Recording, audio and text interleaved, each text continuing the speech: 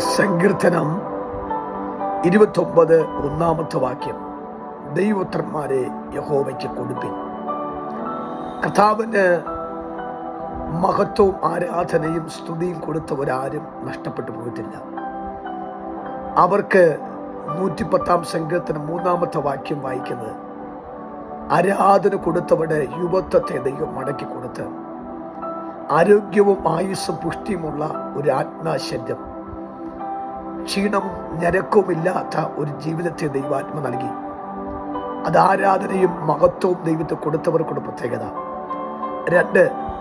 2 വൃത്താന്ത പുസ്തകം 20 അധ്യായം 22 വാക്യത്തിൽ ആരാധന കൊടുത്തവർക്ക് ജയം കൊടുത്തു.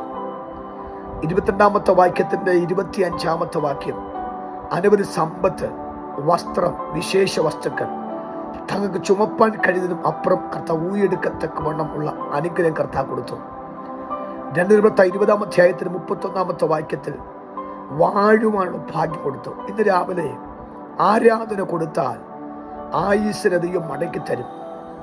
ഭൗതിക വിഷയത്തിനകത്ത് വിടുതൽ നൽകും, ആത്മീക വിഷയത്തിനകത്ത് വിടുതൽ നടക്കും.